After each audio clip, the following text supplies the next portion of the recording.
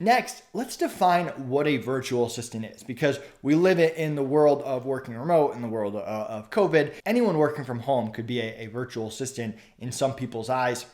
But when I talk about virtual assistant, I like to define it more so people know what I'm talking about. When you're hiring people, there are three levels of people you can hire. You've got followers, doers, and experts. Now, when I'm talking about virtual assistants, I'm talking about the followers. They might have years of experience. Maybe they have 5 years of customer service experience, but the way that you do customer service is different than the way someone else does customer service. Followers, virtual assistants are there to follow your systems, your processes. If you don't know how to do something, you really can't hire a follower. You can't say, hey, I don't know how to source products. Go source me products. I don't know how to do Amazon PPC. Go do Amazon PPC for $5 an hour. Probably not going to work out very well for you.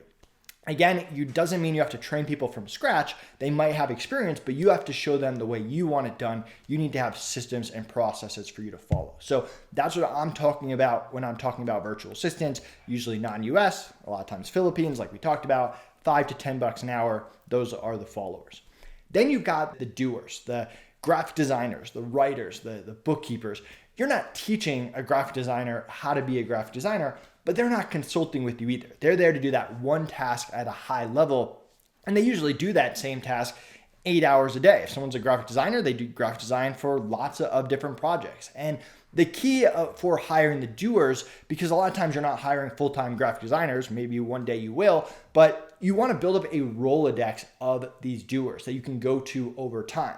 I have 3 graphic designers. I have 3 Amazon listers. I have 3 writers. And whenever a project comes up, I can go to them. They're not on call for me. They're not going to drop what they're doing, but I can go to them, get a due date, due time, see what their availability is, and have them complete projects. And every time you want to hire a doer, a specialist, you don't want to have to post a job and interview. You want to, over time, build up a Rolodex of reliable people that you can go to. Whereas the virtual assistants, the followers, you're investing time, energy, money into training them. So if you're going to train someone, you don't want to start work, stop work, because if you stop work, they might go get another job. So the virtual assistant should be more consistent. Doesn't need to be full-time. Maybe it's 20 hours a week ongoing, 30 hours a week ongoing, whatever it is. Whereas the doers, projects might start and stop.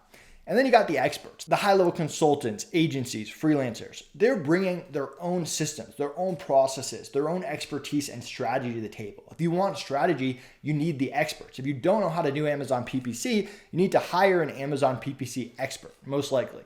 And so when you think of hiring in the followers, the doers, and the experts, it makes it a lot more clear. Do you know how to do something and have a system and you need someone more ongoing? Do you have projects that come up time to time that you need a specialist to do them? Or do you need someone to bring systems and processes and strategies to the table? Obviously, that's more expensive, but there's a time and a place in every business where you need that. So think about that next time you go to hire, and remember, the virtual assistants are the followers.